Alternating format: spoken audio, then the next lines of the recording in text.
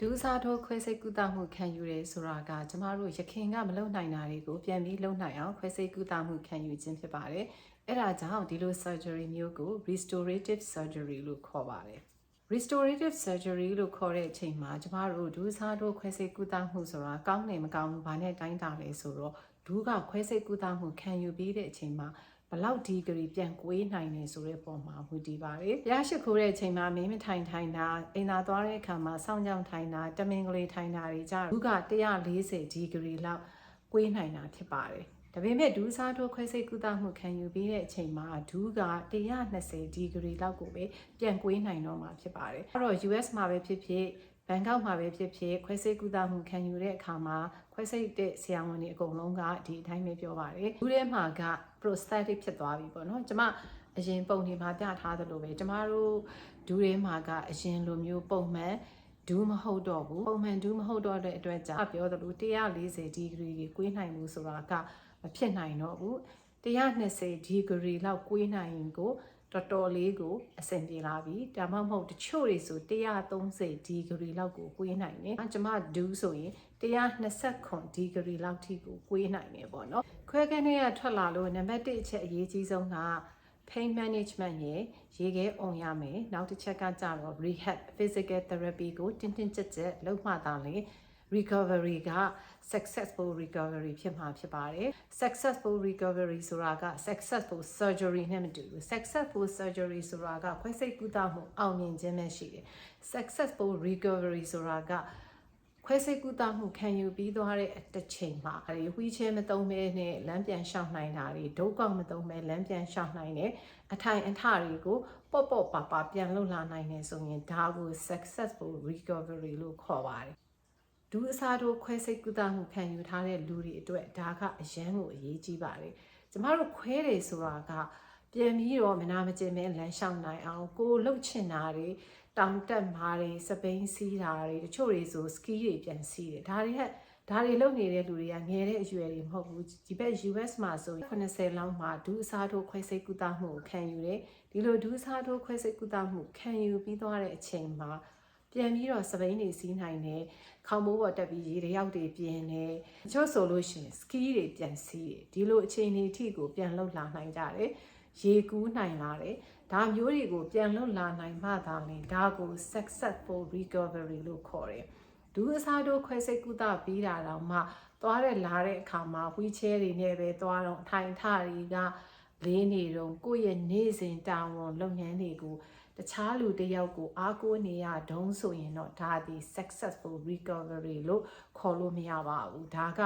ဒူးကိုပြင်လိုက်တာပဲရှိတယ်ကိုလိုချင်တဲ့ lifestyle ကိုကိုပြန်ရခြင်းမဟုတ်ပါဘူးအဲ့တော့ US ဘက်မှာသတ်မှတ်ထားတဲ့ expected outcome ဖြစ်ပါတယ်ဒါကဒူးအစားထိုးခွဲစိတ်ကုသမှုခံယူပြီးသွားတဲ့အချိန်မှာအရေးကြီးဆုံးချက်က physical therapy နဲ့ very intense training ကိုလုပ်ရမှာဖြစ်ပါတယ်တို့ငယ်ငယ်တုန်းကကျောင်းကပေးလိုက်တဲ့အိမ်စာကိုအမှတ်ပြရအောင်စူးစမ်းပြီးလုပ်တယ်လို့မျိုးဒီ physical therapy ကိုကာယလေ့ကျင့်ခန်းကိုလေအမှတ်ပြရအောင်တင်းကြပ်လုပ်ရမှာဖြစ်ပါတယ်ကျမဆိုလို့ရှိရင်ဒူးစားထိုးခွဲစိတ်ကုသပြီးတော့တစ်ပတ်အတွင်းမှာ physical therapy ကိုပထမဦးဆုံးပြန်သွားရတယ်သွားတဲ့အချိန်မှာတစ်ပတ်ကို3ရက်ကျမသွားရတယ်ပြီးရင်အိမ်မှာလေ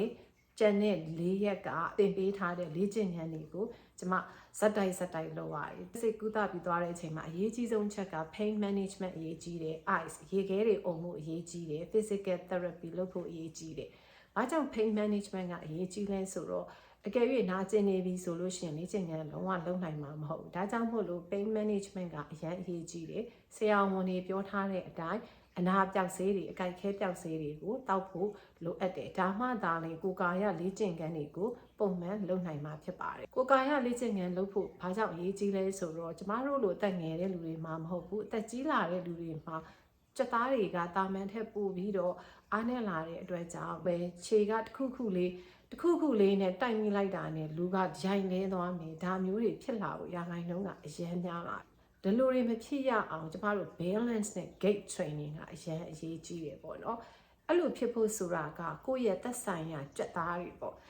ဥပမာကျမတို့တင်ပါးကကြွက်သားတွေပေါင်ရင်းကကြွက်သားတွေဒူးပတ်လေကကြွက်သားတွေနောက်ပြီးတော့ခြေသလုံးကြွက်သားတွေဒါတွေအကုန်လုံးကိုတန်မအောင်ပြန်ပြီးတော့လေ့ကျင့်ရလုပ်ပေးရမှာဖြစ်ပါတယ် ကျမငယ်ငယ်တုန်းကဆိုမှတ်မိတယ်ကျမအတော်တယောက်ဆိုရင်ကျန်းကျင်ရနေပြီးတော့ထိုင်ရနေထမယ်ဆိုလုံးဝလေးဘက်ကြီးကိုကုန်းပြီးထရတာရှိတယ်ဒါအသက်ကြီးလာတဲ့အတွက်ကြောင့်သက်ဆိုင်ရာကြွက်သားတွေကအရန်ကိုအားနည်းလာတဲ့အတွက်ကြောင့်အထိုင်အထတွေအဆင်မပြေတော့ခြင်းဖြစ်တယ်အသက်ကြီးလာလေကိုကာယလေ့ကျင့်ခန်းကိုကျမတို့ကပိုဦးစားပေးလုပ်ရလေဖြစ်ပါတယ်။လည်းမှုလွဲတာကဘာလဲဆိုတော့အသက်ကြီးလာလေကိုကာယလေ့ကျင့်ခန်းတွေကမလုပ်တော့ဘူးထိမယ်နာမယ်ပို့ပြီးတော့ injury တွေဖြစ်မယ်ဆိုပြီးငြိမ်ငြိမ်လေးပဲနေလိုက်တော့တယ်ပြီးလို့ Netflix မှာတခုကြည့်ရတယ်ဂျပန်နိုင်ငံရဲ့ Okinawa မှာရှိတဲ့လူကြီးတွေဆိုအသက်69နှစ်ရှိပြီသူတို့အိမ်တွေမှာဆိုထိုင်ကုန်နေမရှိဘူးသူတို့ကတနေရာနဲ့တနေရာကိုခရီးသွားတဲ့အချိန်မှာအသက်69နှစ်အထိကိုလှိစပိန်တွေစီးပြီးသွားနေကြတော့ပဲအရန်ကိုတတ်မာတာတွေ့ရတယ်ဒါကဘာကြောင့်လဲဆိုတော့သူတို့နေ့စဉ်လုပ်တဲ့အလုပ်တွေကသူတို့ကျန်းမာတန်ဆွမ်းအောင်လုပ်နေတဲ့အတွက်ကြောင့်အဲ့ဒီအိုကီနာဝါမြို့မှာနေထိုင်တဲ့အသက်80အရွယ်90အရွယ်လူကြီးတွေဒီတန်တန်မာမာသွားလာနေထိုင်နိုင်နေခြင်းဖြစ်ပါတယ်ကျမတို့မြန်မာလူမျိုးတွေမှာအဓိကအားနည်းချက်ကအသက်ကြီးလာလေကိုကာယလေ့ကျင့်ခန်းကိုလျှော့ပြီးလုပ်လာလေကိုယ့်ရဲ့ misperception ပေါ့နော်နားလည်မှုလွဲနေတဲ့ဟာတစ်ခုကအသက်ကြီးလာတဲ့အခါမှာကိုကာယလေ့ကျင့်ခန်းကကိုနဲ့မဆိုင်တော့ဘူးပို့ပြီးတော့ injury တွေဖြစ်မယ်ဆိုပြီးတော့လူတွေကအသက်ကြီးလာတဲ့အခါမှာဘာလုပ်ကြလဲဆိုတော့ကလေးတွေကိုခေါ်ပြီးတော့နှိပ်ခိုင်းကြတယ်ကြွက်သားတွေကိုပြန်ပြီးတော့ပျော့ပြားအောင်ပြန်လုပ်ပေးလိုက်တာပဲရှိတယ်ဥပမာညက်နေတဲ့ကြွက်သားတွေတို့တောင့်နေတဲ့ကြွက်သားတွေကိုပြန်ပြီးတော့ relax ဖြစ်အောင်လုပ်ပေးလိုက်တာပဲရှိတယ်ဒါပေမဲ့ကြွက်သားတွေကိုတန်မာလာအောင်လုပ်ပေးလိုက်တာမရှိဘူးဒါကြောင့်ကျမအနှိပ်ခံတာကိုကျမလုံးဝမကြိုက်ဘူးကျမတတ်နိုင်သလောက်အနှိပ်မခံဘူးကျမဆိုရင်အနှိပ်ခံမဲ့အစားကျမဂျင်သွားလိုက်မယ်ကိုကာယလေ့ကျင့်ခန်းလုပ်ပြီးတန်မာအောင်ပြန်လုပ်လိုက်မယ်ဒါကိုပဲကျမကကိုပြန်ပြီး train နေပေါ့ဆိုရင်ကျမလုပ်ပြသွားမယ်လေ့ကျင့်ခန်းနေဆိုရင်ကျမဒါဒူးအစားထိုးခွဲစိတ်ကူးတာမှုခံယူပြီးတော့မှကျမရဲ့ physical therapy ကအိမ်မှာကိုယ့်ဘာသာကိုလုပ်ဖို့အတွက်ညွှန်ကြားထားတဲ့လေ့ကျင့်ခန်းတွေဖြစ်ပါတယ်ဒါကလုံးဝ medical advice မဟုတ်ပါဘူးဒါကိုဗဟုသုတအနေနဲ့ကျမပြောပြပေးခြင်းဖြစ်ပါတယ်ကျမကိုယ်တိုင်လည်းဒူးစားထိုးခွဲစိတ်ကုသမှုခံယူထားတဲ့လူတစ်ယောက်ဖြစ်တဲ့အတွက်တစ်ချက်အရေးကြီးဆုံးဒီတစ်သက်လုံးကိုကာယလေ့ကျင့်ခန်းကိုတစိုက်မတ်မတ်လုပ်သွားဖို့ကအရေးကြီးပါတယ်ကျမ physical therapy ဆိုတာကျမကိုတော်တော်လေးကို training ပေးတယ်ဘာတွေပေးလဲဆိုတော့တယောက်ကကျမကိုဝင်တိုက်လိုက်တဲ့အခါမှာကျမချော်လဲမသွားအောင်လို့ကျန်းမာခင်းထားတဲ့ကော်စောနဲ့ခလုတ်တိုက်မိရင်တော့မှရှေ့ကိုရိုင်မကြမသွားအောင်လို့ဒါမျိုးတွေဖြစ်မသွားအောင်ကျမကြက်သားတွေကိုတန်မအောင်သူကပြန်ပြီးတော့ training လုပ်ပေးပါတယ်ဒါတွေအကုန်လုံးကိုကျမလုပ်ပြပေးသွားမှာဖြစ်ပါတယ်အားလုံးပဲစိတ်ဝင်စားတယ်ဆိုရင်ဆက်ပြီးတော့ကြည့်ပေးကြပါဒူးစားထိုးခွဲစိတ်ကုသမှုပြီးတဲ့ချိန်မှာကျမ physical therapy ကလုပ်ခိုင်းတဲ့လေ့ကျင့်ခန်းဖြစ်ပါတယ်ဒါကို sumo squat လို့ခေါ်ပါတယ်ဒီလေ့ကျင့်ခန်းကတင်ပစုံကကြက်သားရေပေါင်ကကြက်သားတွေကိုတန်မအောင်လုပ်ပေးခြင်းဖြစ်ပါတယ်ဒီလေ့ကျင့်ခန်းကိုတော့ knee extensor လို့ခေါ်ပါတယ်ဒီလေ့ကျင့်ခန်းကတော့ဒူးရဲ့အပေါ်ကပေါင်မှာရှိတဲ့ကြွက်သားလေးခုကိုတန်မာလာအောင်ပြန်ပြီးတော့လေ့ကျင့်ပေးတာဖြစ်ပါတယ်ဒီ muscle တွေကဘယ်နေရာမှာအရေးကြီးလဲဆိုရင်ပစ္စည်းတစ်ခုကိုကုန်းကောက်မယ်စောင်းကြောင်ထိုင်မယ်ဆိုရင်ဒီကြွက်သားတွေကတန်မာနေမှလုံနိုင်မှာဖြစ်ပါတယ်ဒီလေ့ကျင့်ခန်းကတော့ဒူးအစားထိုးခွဲစိတ်ကုသမှုပြီးတဲ့အခါမှာလှေကားအတက်ဆင်းတွေလုံနိုင်အောင်ပြန်ပြီးတော့လေ့ကျင့်ပေးခြင်းဖြစ်ပါတယ်ခြေထောက်တစ်ဖက်ကအမြင့်မှာရက်ပြီးတော့တကိုယ်လုံးကိုထိန်းထားပြီးကြံတဲ့တစ်ဖက်က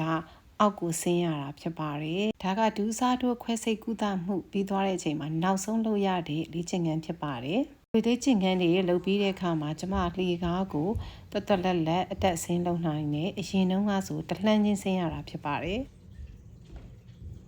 ဒီလေ့ကျင့်ခန်းကတော့ကျမကိုအကယ်၍လူတစ်ယောက်ကဝင်တိုက်တာတို့ခလုတ်တိုက်လဲတာတို့ဆိုလဲမသွားရအောင်ကိုယ်ဘဲလန်းဆိုကိုပြန်ထိန်းနိုင်ဖို့အတွက်ပေါင်ရင်းမှာတရေခွင်းနဲ့ခြေပြီးတော့လမ်းလျှောက်ရခြင်းဖြစ်ပါတယ်ဒါလည်း squatting exercise လို့ခေါ်ပါတယ်ဒီလေ့ကျင့်ခန်းမှာပေါင်ရင်းရကြွက်သားတွေရဲ့တင်ပစုံကကြွက်သားတွေရဲ့ဘိုက်ကကြွက်သားတွေရဲ့ကိုတန်မာအောင်လေ့ကျင့်ပေးတာဖြစ်ပါတယ်ဒီလေ့ကျင့်ခန်းကတော့ကျမတို့ဖိန်ကြွလေ့ကျင့်ခန်းထက်နည်းနည်းအဆင့်ပိုမြင့်သွားတာပေါ့နော်သူကခြေထောက်ကိုတဲ့တဲ့ဘောလုံးပေါ်မှာတင်ထားရတယ်ပြီးလို့ရှိရင်တင်ပစုံကကြွက်သားကိုထိန်းပြီးတော့ဒီဘောလုံးကိုအရှိကိုဆွဲယူလာတယ်ဒီလေ့ကျင့်ခန်းက ခါနောက်ကကြွက်သားရေနောက်ပြီးတော့တင်ပစုံကကြွက်သားရေဘိုက်ကကြွက်သားရေဒါတွေအတွက်ကိုတန်မာအောင်လေ့ကျင့်ပေးတာဖြစ်ပါတယ်ဒီလေ့ကျင့်ခန်းကို clamshell exercise လို့ခေါ်ပါတယ်ဒီလေ့ကျင့်ခန်းကတင်ပစုံကကြွက်သားတွေခါနာနေတဲ့လူတွေအတွက်ခါရဲ့ကြွက်သားတွေတန်မာလာအောင်အတွက်ကျင့်ပေးတာဖြစ်ပါတယ်ဒါကတော့နည်းနည်းလေး challenging ဖြစ်ပါတယ်ဒါအခုဆိုရင်ကျမဒူးစားတိုးခွဲစိတ်ကုသမှုခံပြီးတဲ့အချိန်မှာဂျင်းကိုအရင်လိုပဲသွားပြီးပြန်လည်လှုပ်ရှားလာနိုင်ပြီဖြစ်ပါတယ်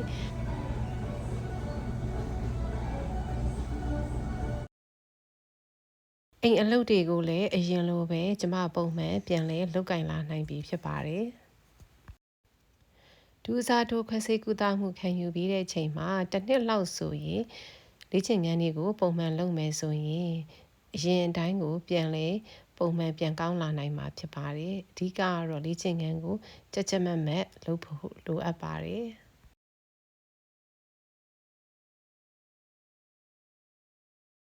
ဒူးစာတိုးခွဲစိတ်ကုသမှုခံယူရဲဆိုတာအင်မတန်မှရှည်လျားတဲ့ long journey ဖြစ်ပါတယ်ဒါပေမဲ့ကိုယ့်ရဲ့ဇွဲလုံးလဝိရိယတွေမလျှော့ဘူးဆိုရင်တော့ပုံမှန်အတိုင်းပြန်ကောင်းလာနိုင်မှာဖြစ်တဲ့အတွက်ကြောင့်ကျမလိုပဲဒူးစားတိုးခွဲစိတ်ကုသမှုခံယူရတဲ့လူတွေလည်းစိတ်မလျှော့ကြဖို့အတွက်ဒီဗီဒီယိုလေးနဲ့အားပေးစကားပြောလိုက်ပါတယ်။